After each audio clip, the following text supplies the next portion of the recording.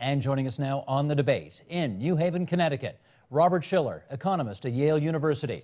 And joining us back here in studio, Richard Florida, director of the Martin Prosperity Institute at the University of Toronto. Phil Soper, president and CEO of Royal LePage. And Jane Saber, professor of marketing at Ryerson University. It's good to have everybody here. And in Points Beyond, hello to you, Dr. Shiller, in Connecticut. I want to start, and I'm going to describe this, Dr. Shiller, since you can't see it very well. Here's home ownership rates in Canada and the United States. Thanks, Michael. We'll bring up this graph here. And the red line is Canada. And as you can see, since about 1980, it has gone up and up and up. This chart stops at the year 2006. I think we can assume it levels off a bit, given the recession we've been going through for the last couple of years. But look what's happening in the United States. A higher degree of home ownership, going up and up and up from certainly the 1990s on. And then the line is significantly trending downward. Richard Florida, to you first. More than 2 years after the financial crisis began, what do you infer from those numbers? Well, first of all, you have Professor Shiller here who predicted this 5 or 6 or 7 years ago. And I actually wrote a dissertation, believe this or not, in 1980 something or other, 84 at Columbia, on the housing finance mess back then. I think the U.S. system just got out of control. They were financing anything and chopping and slicing and dicing these things up and trading them like candy almost. And the people couldn't afford the houses. And, they didn't have any money in the houses anyway. So when the bottom, they were underwater, and with the refinancing thing in the U.S., which we don't have here in Canada, where you can just refinance your mortgage, people started walking away. I think in the U.S., the baseline report now from the Urban Land Institute, and I like those guys, they're careful. Like Jane, they look at demography and trends in the economy. They're predicting it could slip to about 60%. I actually found, when I looked at metro areas, using some of Professor Shiller's data and other data, that really robust metro areas in the U.S. have about a 55% rate of home ownership, with 45% of people. So we're resetting that. I think in Canada, when I wanted to write about this in Canada, my research assistant said, you cannot criticize the Canadian dream. This is on a pedestal. So I actually think home ownership is more deeply ingrained in the Canadian psyche. Well, these are all the things we're going to unpack. And I think our finance system, certainly, when I got here and realized I couldn't refinance my fixed loan, my closed mortgage, I was like, what's going on? But I think our system of housing finance, that banks keep the mortgages, is much more robust here. And I certainly feel much more comfortable as a homeowner in Canada today than I did when I lived in Washington, D.C. You used an expression, underwater, and just so everybody, I know we hear that all the time. You want to give it, this is your business. Do you want to tell us what underwater means? Well, essentially, you owe more money than the prevailing market rate of your home, which doesn't exist anywhere in Canada today, but exists in all too many urban centers in the United States. One thing Richard said in comparing home ownership rates across different geographies, I know in places like Los Angeles and New York City, home ownership rates are lower, and you do have a more vibrant economy and a lot of turnover. Homes are also very much more expensive. Absolutely. And it's a long way to the suburbs. So we've crept up. Your chart earlier showed home ownership rates climbing over time. Typically, there has been a gap between American and Canadian home ownership that has been attributed to things like mortgage interest deductibility, which of course which exists in the United States, and so I think we probably are in for a flatter period, and we probably peaked in Canada. Dr. Shiller, I guess it was about halfway through the 2000s where the United States almost got to 70% home ownership. And I wonder if we were looking at those numbers in Western Europe, for example, what would the percentages be over there? Well, it varies by country. Notably, the extreme case is Switzerland, which has only about a third home ownership rate. I was looking at Switzerland particularly of interest because advocates of home ownership claim that it encourages good citizenship and feeling of belongingness to the country. But Switzerland has those, I think. It's a very successful country, and it's filled with urban renters, surprisingly. I think that these theories that home ownership is so important for a national good feeling is exaggerated. Well, then beyond economics, Jane Saber, why do people want to own a home here? Well, I think actually, if we look into the consumer psychology research, I think that home ownership represents a feeling of rootedness. It really impacts their need to belong. It makes people feel like they've made it, and perhaps it's even a status symbol in terms of you have a stable job, you have a stable career. I do think that that sort of Canadian dream or American dream, however, is in fact exaggerated. I think that people, particularly in the changing demographic, I think that people now don't need stuff such as houses to feel like they have high status and that they're contributing to society. So although I think perhaps a 1950s era prescription for life might have been to own your own home, I don't think that that's necessarily the case today, and particularly in the case of a changing idea of what a family is. The old provisions of a nuclear family just are not appropriate for today's society. I want to pick up, Richard, on the issue of citizenship because, you know, Robert Schiller's quite right. The home ownership in Switzerland is very low, and the Swiss certainly don't feel like they're not good citizens by not owning homes. But we've always felt, I think, in Canada and the United States, that the mark of a good citizen was somebody who aspired to own their own home. Not the case? Well, I think the research on this is mixed, and I tend to agree with Professor Schiller on this. I think some studies have shown homeowners to be slightly more engaged. The problem is, where there's high levels of engagement, a la Professor Robert Putnam's brilliant work on social capital, they tend to be older communities with older people, and the rate of home ownership in those communities tends to be 70 or 75 or 80%. But I think that the real issue is when you look at the research of this young woman at the Wharton School, who's found that homeowners are not necessarily happier. We've always thought that a homeowner was going to have a happy life with the kids in tow. They're not necessarily happier. In fact, compared to renters, they feel more stress. Well, according to this young woman's research, they spend more for their housing, they have more maintenance to do, they experience higher levels of stress as homeowners, and any of us who's been a homeowner know that a home can be difficult. I think the real issue, though, between Canada and the US, Canadians are far less mobile, and the labor market in Canada depends far less on labor mobility. Torontonians tend to be in Toronto, or if they go anywhere, they go north and south. In the United States, labor mobility and residential mobility tend to go hand in hand.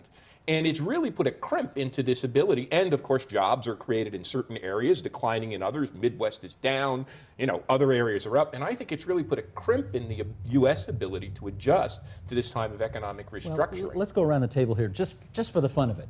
You own or rent, Jane? Rent. You're a renter. Happily. You own in Toronto. I own in Toronto. But in the States, I rent. You rent. And I would rent in the States. Now, the guy who sells homes for a living does not rent. There's No, not I'm- a chance you're a renter. I'm an owner. You're an owner. And, Happy owner. And Professor Schiller, how about you? I have two houses. And you rent the I have both? a summer home and a And you own both? no, I own both. Yeah. You own both. Okay. That's more of a personal thing than an investment. I understand. I just wanted to get sort of everybody's background on the table here. So, what? Yeah, go ahead. Pick up on that. One of the things, we did a study, a Roll Page study in 2008 that looked at different demographic buying groups. And one of the things that would perhaps fly in the face of the propensity to avoid materialism related to homes, found that people are buying homes younger in Canada, and the largest increase came from single women. So they essentially what it showed was that people weren't waiting to get married before they bought homes. They weren't waiting until they found a man or a woman to get a home. They were just buying homes. And I think it feeds back into the cultural stigma that comes with home ownership, or positive influence that comes with home ownership. And I don't think it's going anywhere anytime soon. Dr. Schiller, again, I want to go back to you on that chart that we started the program off with, where it showed home ownership in the United States from the 1970s just up until, you know, the huge crash in 2008, up and up and up and up and up. And I wonder if you could tell us whether you believe the increase in home ownership in your country has been unambiguously good for the U.S. economy during that period of time. Well, it's definitely not unambiguously good, because many of these people are losing their homes. We got out of control. It wasn't a good thing going so far with it. Now, I'm wondering, you know, the home ownership rate is slightly higher in Canada, even though the United States has made major efforts to subsidize home ownership. And it seems like we've made a mistake. We should have left it at a lower level. It may be demographic or urban-rural differences that account for part of the difference, but you know, I just don't, come back to this theme, I don't think it's so important for the American dream that people own houses. And I think maybe people are starting to recognize that. And renting, I predict, is going to become a more accepted consequence. Yeah, Ed Phelps had this great quote, you know, at Columbia. He said, the business of America used to be business, and somehow with all of these government programs, we turned the business of America into housing. And in economies, when I looked at the data, and Professor Schiller would have looked at the data as well, places like Phoenix or Atlanta, these cities of sand, 30, 35, 40% of their entire economies were housing and residential real estate. I mean, that was bigger than government and education and manufacturing combined. So it was built on a house of cards. It was built on a house of cards. It was partly a way to create low-skilled employment through construction jobs, but it's got to give. And I think Jane's right, and others are right. When we talk to younger people, and when I look at some of the surveys of younger people, they don't want to get into this trap. They prefer to be renters. They know they have to be mobile. They don't define their life so much by material goods. So I think we are in this resetting process. Now, will we go to zero in homeownership? No. Will we get beneath 60? Maybe. So we're still going to be a nation of homeowners. But I think Professor Schiller's right. We got to get government sooner or later out of this business and let the market work. Jane? I've got two comments. The first is about why young single women are actually buying homes. Look, these young single women, if they can buy homes, they're career-oriented. Well, they're probably not getting married either. So what do? They get pressure from everybody. Get married, have kids, have the house, etc. They do what they can, which is to purchase the house. And then the issue about, so that's the first kind of feeling I have. The second issue that I want to bring to your attention is the fact that we all think that the Canadian market is in such better shape. I don't personally believe it is. And the reason I don't is we have a rate of at least 70% home ownership.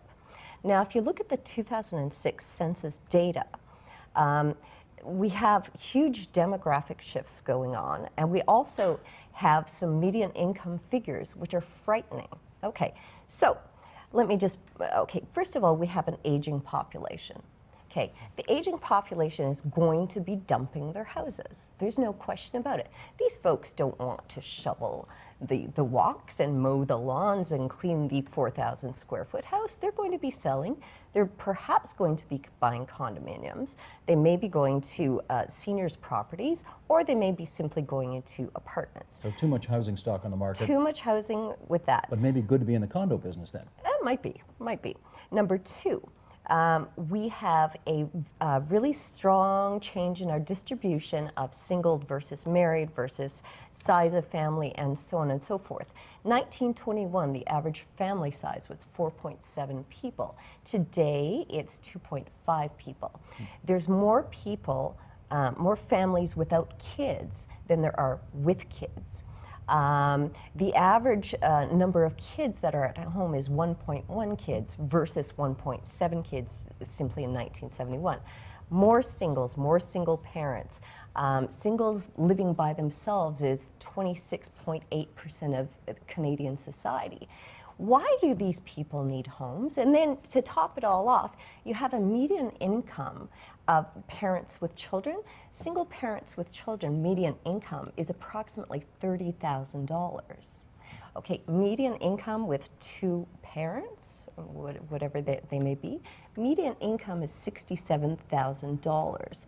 Okay, average house prices in Toronto between $300,000 and $500,000. Okay, over 15 years, that works out to about $2,800 a month. At $30,000 a year, you only get in your pocket $2,500 a month. Math doesn't add up. Math Can't do doesn't it. add up. Yeah. Even if you're at the 67,000 median, you don't have enough. You've only got $1,200 left for food. Lest we give people the impression that we are extreme, and I know that Phil doesn't want to do this, that we are very sour on this program on home ownership. Let's try this though. I mean, Robert Schiller, there are obviously advantages to owning your own home. This has been a cornerstone dream for people in North America for a very long time.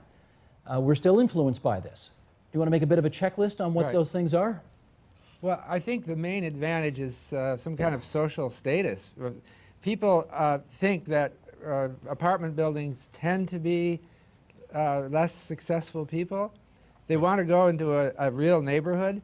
and they want their children to be going to school in that neighborhood and associating with other people who are successful. I think the children and the schools are a major part of the demand for housing. People are doing what they think they have to do to establish themselves as a good part of society. It's that model. We don't really have except maybe in places like Manhattan, where there's a model of having children in a city and renting an apartment. It just looks like a failure story. And people are, it's not so much patriotism, they just want to get ahead and established in our society. Phil, in blue state Canada, in egalitarian Canada, is it still seen as a status thing to own your own home and you're somehow seen as better than somebody who rents? Well, I think it comes down to the practical realities of homeownership versus renting and the accumulation of wealth. If you step back and you look at equity markets and homeownership, yes, equity markets do well, but you have to look at homeownership as a combination of consumption and investment. And the truth is, at retirement age, people who have owned homes, particularly, and the earlier they got into home ownership, just like the earlier they got into a 401k or an RSP, the more wealthy they are at the end of their lives. For a $30,000 a year earner, $115,000 at retirement, which is obviously not very much, compared to $5,000 for someone who's not a homeowner. It's forced savings, but at least it's savings that people can get some emotional commitment I want to go to the economist on that one. Do you agree with what Phil has been saying here, that given the choice, you're actually better off in the housing market as opposed to the equities market? See, this is an important thing about self-control, that people might actually buy a house as a self-control mechanism. Absolutely. And I think Professor Schiller's research, I mean, I think he's a leading scholar in the world on this stuff by any margin, but the two things he taught me, when he looked at this century of housing prices, he found about a 0 real rate of return. So it turns out to be not the best investment. And he said something, and I hope he will say it, something like, would you advise a financial advisor to put people that don't have a lot of means into this non-diversified, essentially put all your money into one basket of apples instead of diversifying it? And I think for many people it could be a way of forced savings and self-control, but for many others it's not the best way to use your money, and it's not been a great investment vehicle. I think the issue is, do you like it? Do you want to own your house? Do you feel like it's something? It's really a use value argument about how you feel, and I do it here because I like owning my house, but I know it's possibly and probably not the best investment I could make. Jane?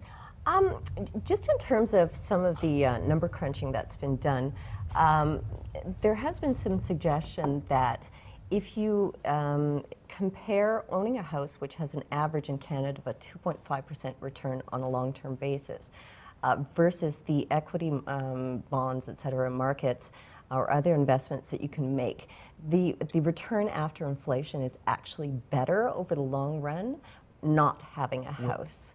It's better if you're in the stock market as opposed to... It's better in the stock market, but I agree. Even with 208.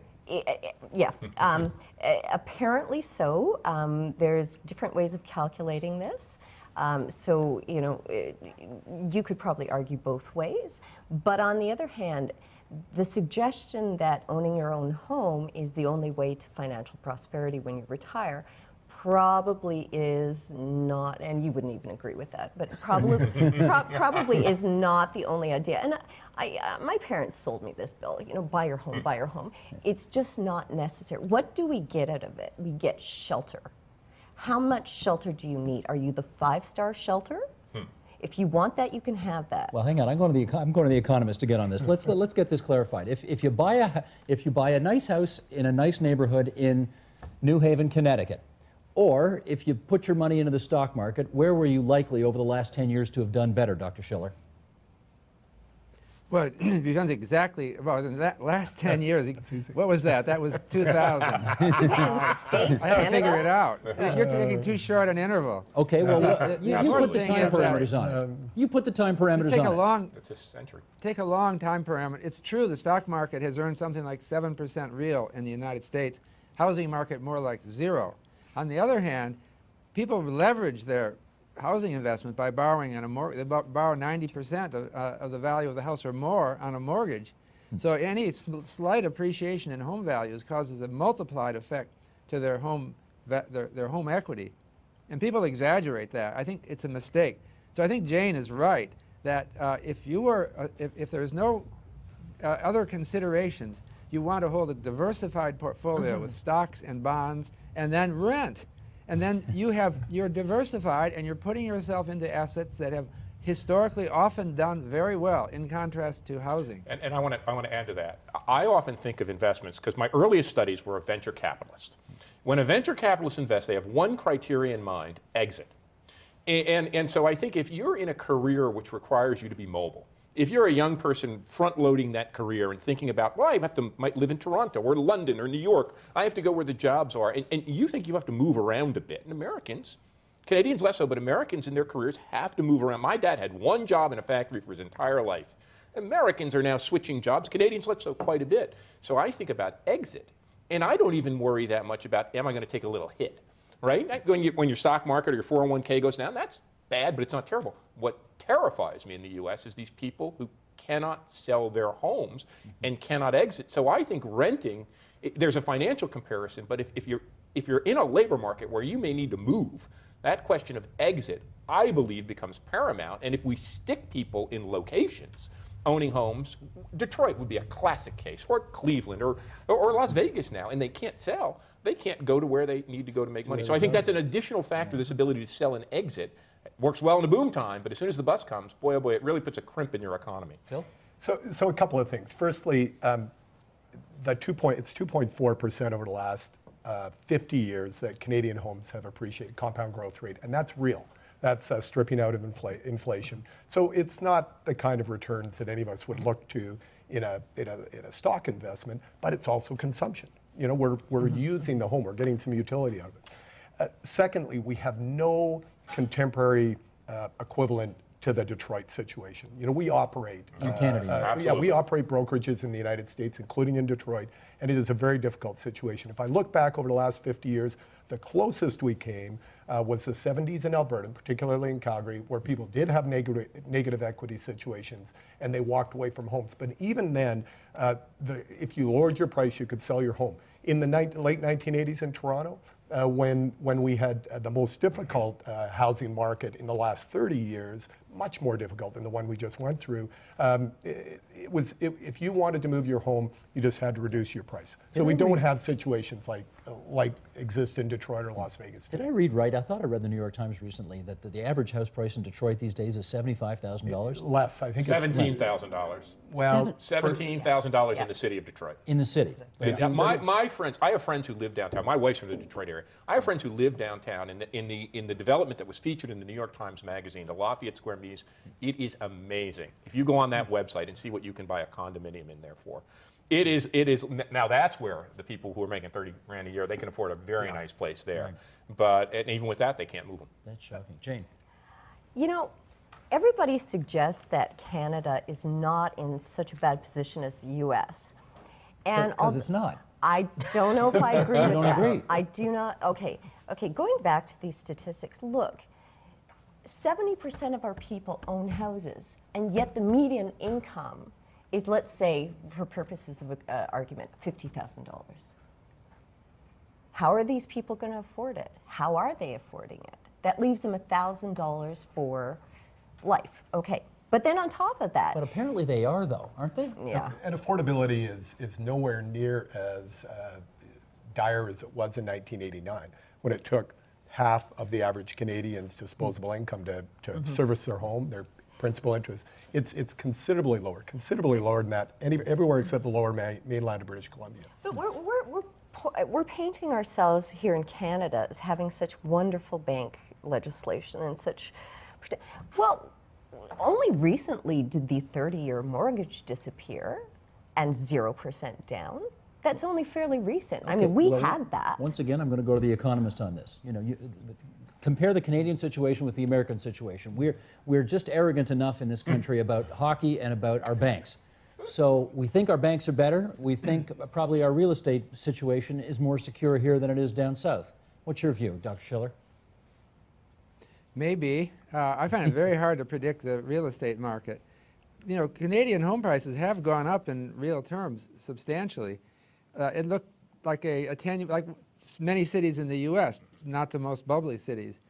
And they continue to go up. The U.S. peaked in 2006, and Canadian cities, well, they had a little interruption in, 2008, 9, but they have, the question is this, not, it isn't all or nothing, but does it have a bubble element to it in that people are buying more housing than they would like to because they expect home prices to go up.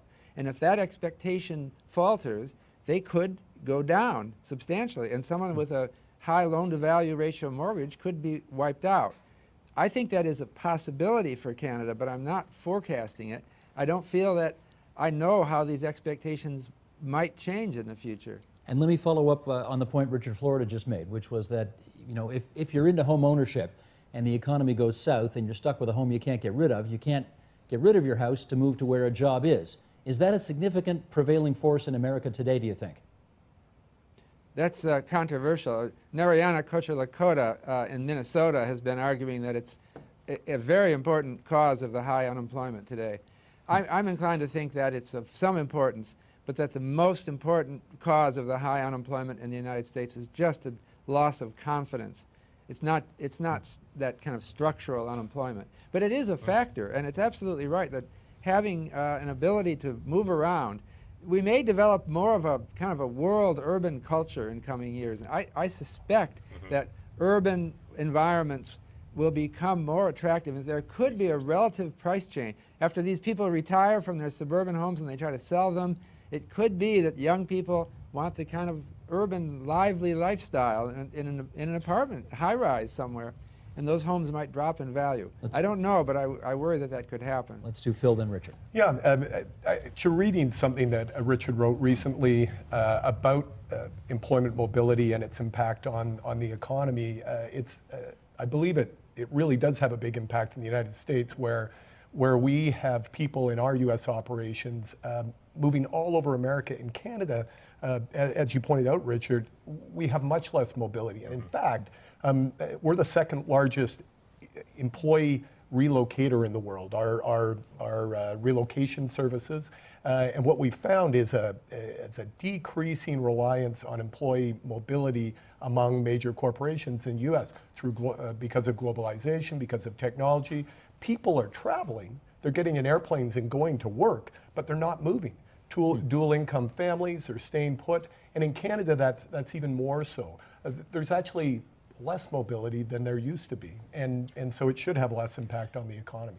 And I think Professor Schiller's right about this trend, and Jane, this trend towards urban living. We see it in all of the data. You know, Jane Jacobs, who was a Torontonian, told us about this a long time ago, that cities are invention machines and they're productivity enhancing and personal leverage machines. They save you time. You don't have the long commute that's time wasting. They're very efficient, even now we're finding with regard to the environment. So cities are becoming more productive and more desired, and fewer of them. You know, as we go to this global urban culture, the United States has a lot of cities, medium, small, second tier. It seems like some of the big cities are doing very well, and then some of these college towns that offer a kind of urbanity. We know that people will pay a premium to live in a dense, walkable neighborhood. I think one of the issues we have right here in Canada is our urban centers are holding up reasonably well. We saw this in Washington, we see it in New York, but the sprawling areas have gotten quite out of touch, and I think they could see a big decline as demography changes, as household sizes shrink, as people put off getting married or have a divorce. So I think there is this shift in preference, and I think it's going to show up in a housing price differential. When I look at Professor Schiller's numbers, the housing price differentials, not only city to suburb, but across cities in the United States, are stark and shocking to me. You know, Detroit to New York would be the most self-evident example, but these differentials are becoming quite significant city to suburb and across regions, and some you may do well, and others you may just get killed. Robert Schiller, what about this argument that I think all of our parents said to us once upon a time, which is you don't want to rent, you want to buy because you don't want to be throwing your money away. You don't want to be giving your money to somebody else and improving his equity or her equity. You want to be putting the money into your house and improving your own equity. What happened to that argument? I think it's fallacious, because if you don't buy a house, you put it in the stock market or something else, and you were earning it. So it really is wrong, that argument. In fact, this calls to mind another thing, though. We were talking earlier about the Swiss and their low home ownership rate. I think that there's kind of a Swiss-Canada parallel. The Swiss, they're very proud of their financial culture, and they're very proud that they own stocks. They're smart investors. And they're similar to Canada in another way. They're both frontier societies in the sense that Canada has, Switzerland has the Alps, and Canada has all of these beautiful territories where we Americans go on vacation. But there's a sense of common ownership. Both Switzerland and Canada are more egalitarian societies, and there's a national feeling that we own this huge property in common, in some psychological sense. And we're smart investors, and we're not fixated on this little house and yard that we have. So I think that kind of culture could carry Canada to a lower level of home ownership, and still a very strong sense of national identity. Okay, Jane, you're the renter here, so I'm going to follow up with you. Now, I don't know how much you're paying for rent, but you're a professor at Ryerson University, so you probably live in downtown, right? You live in the city? Yes. Okay, so I'm going to get, you're paying $2,000 a month at least in rent. Something like that, yeah. Okay, you're telling me that's more financially advantageous for you to put that money into the pocket of your landlord as opposed to spending it on your own home? Absolutely. Crunching the numbers, I would get a similar condominium property with the same amenities, I'd be paying after taxes, utilities, et cetera, double.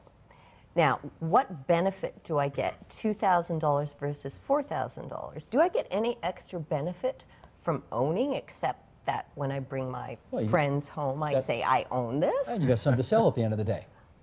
I've got money in the bank instead. Well, some. I like shoes. She likes shoes. I've got lots of shoes. All right, Phil. Shoes are a worthy investment. Shoes are good. Yeah. Shoes are good. Okay. Shoes are good. I think the challenge is exactly that. When people aren't putting their money away in houses, they're not putting it into stocks and bonds. They're putting it into consumer durables, and they disappear. This year, this RSP season, 401k season, 1 in 4 Canadians will contribute. And the capacity that our system has to accept it will be used 7%. So in other words, if everyone took advantage of what is just the minimum amount one should be putting away for their investment, 7% of that capacity will be used. 1 in 4 will invest. At least when they're investing in their home, they're getting some. It is an appreciating asset, 5%, including inflation over the long term in Canada. I want to make a point about the U.S. and Canada. Now, having lived here for 3 years, and not only understanding Canada better, I think living in Canada, as a great Marty Lipset once said, if you want to understand America, you better go live in Canada. It's the control case. In the U.S. now, with all the turmoil, I wrote a piece for one of the major newspapers here about this. With all the turmoil in the economy and in the housing market, Professor Schiller's been engaged in these debates, Ed Glazer at Harvard, and all the people I know and respect. There is a conversation in the United States that's very robust about how we get government out or limit its role in the housing market. What do we do with those secondary mortgage market institutions? And how do we reset our housing market in the United States? It's a robust conversation. It's going on in Washington. Do we need this high rate of home ownership? In Canada, aside from you, Steve, we are not having this conversation. Everything is hunky-dory, the banks are stable, the Canadian dream is in full force. So I wonder, and I worry sometimes, if we're a little bit too complacent up here in Toronto and in Canada, where the U.S., with all the trouble it's having, a crisis may be a terrible thing to waste, but maybe it's not being as wasted as many people think. Action has not been taken, but there is a conversation that I could not have imagined occurring about the quote-unquote American dream occurring in the United States. And that conversation, save for you, is not happening here. And that has me a little worried. Well, speaking of quote-unquote, I want to read a quote right now, because James Truslow Adams is the guy who apparently coined the expression, the American dream, in his 1931 book, The Epic of America. And here's a passage. A better, richer, and happier life for all our citizens of every rank, which is the greatest contribution we have made to the thought and welfare of the world. That dream or hope has been present from the start. Ever since we became an independent nation, each generation has seen an uprising of ordinary Americans to save the American dream from the forces which appear to be overwhelming it. Now, those words are 80 years old, but Robert Schiller, you could have said them today as well. The desire, the heartfelt desire, we hear it all the time. The Tea Partiers talk about it. to have home ownership, to make sure the next generation does better than the previous generation, the sense that the future is going to be better than the past. And home ownership is a huge chunk of that. You know, this author says it goes back to the founding of your country. Where would you put it? At what point does that home ownership become such a fundamental part of being American? A lot of people who came to this country, and I assume Canada too, were escaping from Europe. And they were escaping religious persecution, and they were also resentful of the feudal, or the remnants of feudal society. They didn't like kings because, you know, as Thomas Paine said, they really aren't better than you. Don't believe it. You've been suckered into believing this. And so there's a feeling of citizens. You know, this was underlying the American Revolution, the French Revolution. And the idea is, I'm not under the thumb of any landlord or lord of any kind. And I think Alexis de Tocqueville noticed this too. It became a symbol. It was largely the farm. People thought they would live on a home on a farm. And it was an ideal that they dreamed about. And they thought, it's going to be my farm, our family. There's a dream. I don't know if it's the American dream or what it is, but to me, it connotes a more egalitarian society and a society that we have a common feeling. Jane, I think... So there's something to be said for home ownership in that sense. I think de Tocqueville also said, it's okay to live under somebody else's thumb as long as you have enough money for shoes at the end of the day. Perfect, absolutely I thought that was part of the quote. Yeah, no, absolutely, I'm sure of it. You know, I think that by and large, home ownership represents certainty and stability, okay? Now, and I think you pay for that financially and emotionally and in terms of maintenance, and you become a janitor and you become a maintenance man and you become a real estate speculator and you also become a highly leveraged investor, all these things when you own homes. But the problem is we're searching for certainty, but I don't think that owning a house is the way to achieve certainty. And if you need mobility, you lose your jobs, the U.S., from what I understand, is really having trouble with its economy. If the U.S. economy falls, ours falls, and I don't care what happens. Those folks who depend on manufacturing and exports for jobs, those folks aren't going to have the money to pay for these houses. Got a couple minutes left here. I want to hear from everybody on this. What is the poor economy in the United States doing to the North American dream? Call it what you will. Well, it's Professor Schiller said, it's just kicking them in the stomach. Confidence is being reduced, and without confidence, it's very difficult in business or for a nation to move forward productively. Richard Florida? Home ownership's a big part of this story. When you were reading that Truslow Adams quote, the housing economy drove the American and Canadian economies. We were manufacturing economies. When my dad bought that house in 1960 with his factory worker's wage, he bought a TV, he bought a washer and a dryer. He filled that up with industrial goods that were being produced in the U.S. and Canada and North America. Now those goods... North Arlington, New Jersey. In Arlington? North Arlington, New Jersey, a suburb, euphemistically speaking, of Newark. But now, all of the home ownership is not stoking the engine of a knowledge economy, of an idea-generating economy. If we're spending all this money building and selling houses, if the average American is, they were spending in 1950 or 40, 22% of income, household income on housing. Now some are spending 50, 60, 70, and many are spending 70 plus. Some are even spending 100 plus % of income on housing. So how are we going to build a knowledge economy? How are we going to build an idea-driven economy? How are we going to grow those new industries that are going to fuel us if we're building sticks and bricks? So we've got to change, not only because it's a good thing to do, because we need to figure out a way of housing that will help us grow, that we spend less money, use more efficiently, and help us grow this new kind of knowledge and idea-generating economy. Robert Schiller, in our last 30 seconds here, having participated in this program, you're now going to go out and sell both your houses and start renting instead? No. I think the American dream, the sense of unity in the United States is threatened, but I would say not so much by the housing market. We have something called the Tea Party movement. Nobody mentioned that we're going to see a change in government, probably. We're going to see the House fall to the Republicans and probably the Senate as well. But this is underlying a deeper sense of malaise in the United States that I'm worried about, and I hope we can get back our sense of coherence and of equality and citizenship that seems to be threatened right now. And that's the last word tonight. Robert Schiller, the economist from Yale University, it's awfully good of you to join us on the line from New Haven, Connecticut. Thanks for accepting our invitation. Hope you'll come on again. And to our friends here in Toronto, Richard Florida from the Martin Prosperity Institute. Who's next, Michael? Okay, there's the two-shot. Phil Soper, President and CEO of Royal LePage. Jane Saber, the Professor of Marketing at Ryerson University. We're accepting contributions for Jane's shoe fund after the show tonight. Thanks to you two as well.